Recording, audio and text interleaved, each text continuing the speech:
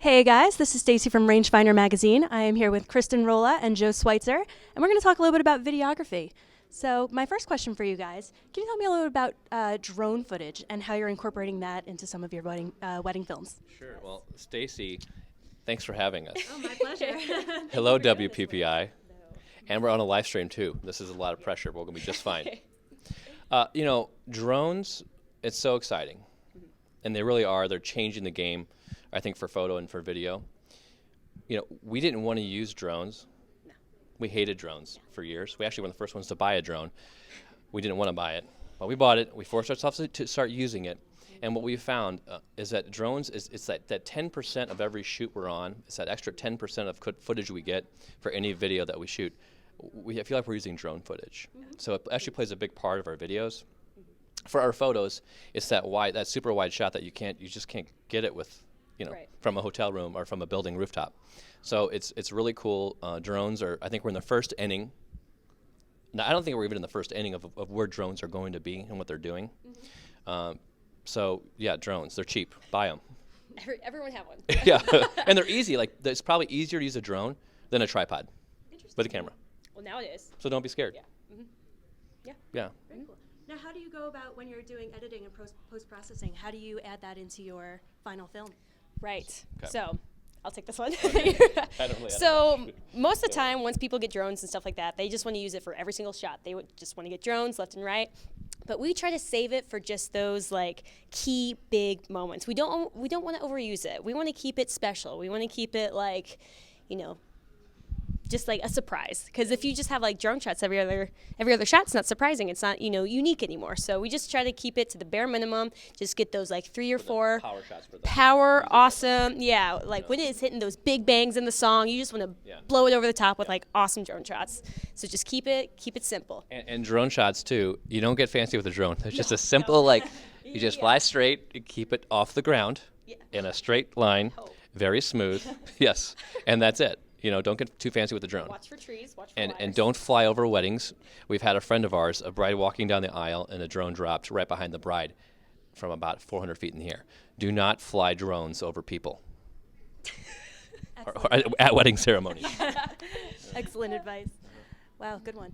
Now, my next question for you guys has to do with time-lapse and hyperlapse. And similar sort of approach.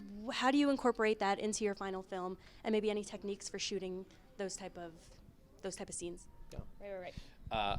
This is too short to probably talk too much about hyperlapses. In a segment like this, it's easier to show. I think for hyperlapses and time lapses, we shoot all the time. Right. Hyperlapses, I think, are good maybe for my friend buddy pal here behind the camera, TJ. He always uses things, he calls them snackables. So for corporate customers, or for even wedding teasers, to take a hyperlapse or even a time lapse and have a nice snackable, something that you can put on Instagram and share with all your people and your followers. It's kind of nice to have that. It's interesting. Time lapses play a bigger part in our videos than hyperlapse. Hyperlapses take so much time to do. We gotta go fast, right? A typical shoot for us is a wedding day, and we gotta shoot time lapses. We don't have time to shoot hyperlapses. So, and we do that by making it very simple and very easy, where we're just pushing one button for time lapses. We have it figured out where we use a Sony camera, and we can download an app, a time lapse app. And because we download the time lapse app for $9.99, it takes care of all the time lapses for you. So I don't have to use these intervalometers or these time lapse tools to do our time lapses, and then Kristen can get it for the edit, and it's ready to go. Right. Because with intervalometers, you have individual JPEGs that you have to then cut down, put each one of them as a single frame, mash it together, exports the clip. No, Sony takes these time lapses, does everything for you. They have sunset, sunrise, nighttime, all these presets. So you just click it, press it, say how long you want it to go, leave it. Awesome. It's awesome. And if you don't have that and you're still want to get a time lapse, you can always use your iPhone. Yes. Time lapse tool. We have used it before. Yeah. Absolutely. Because we've been in a pickle. Excellent, thank you. Now, my final question for you guys has to do with what's emerging in the world of videography. This is a field that's changing every day, constantly. What do you guys see on the horizon?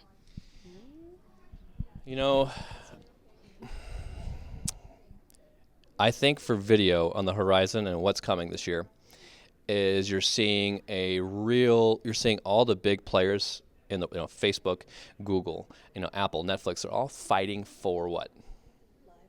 Yeah, They want live. They want live. They want content. They need things to share, and they're all trying to figure out video, and they need more video. And for example, Facebook started as like a company that you just text and how you were feeling, and then pictures evolved, and everyone did that. And then now you're seeing video just take over. I mean, their company is a video-first company. That's what they said now. What does that? Okay, what does that mean? Well, for us in the future, for what we're doing, that means all of our clients are way behind. They barely have any activity at all on their Facebook with pictures, and now we're changing to a video world. So, yeah, live video is going to be huge. We talked about drones. Drones are going to evolve, but I think mostly it's just people just need the basics. They just need short little snackable videos for their Facebook, for their Instagram. That might be just a time lapse. That might be Just one drone track. that might be this year, which we're starting to do now. Cinemagraphs, yeah. I set her up. So yeah, I think cinemagraphs will be a big trend too, because that's the world of photography and video coming together in the most simple way, and that's really interesting and easy to do. And I think that's happening world. That's pretty much it. Yeah. I don't know what else to say. Yeah. Can I ask you one more question, if you don't mind, if you guys have time? Yeah. Sure. One question that we get asked a lot is how videographers can work side by side with photographers, especially during the wedding, during a big event. Uh-oh. What do we got? Any tips or advice for that?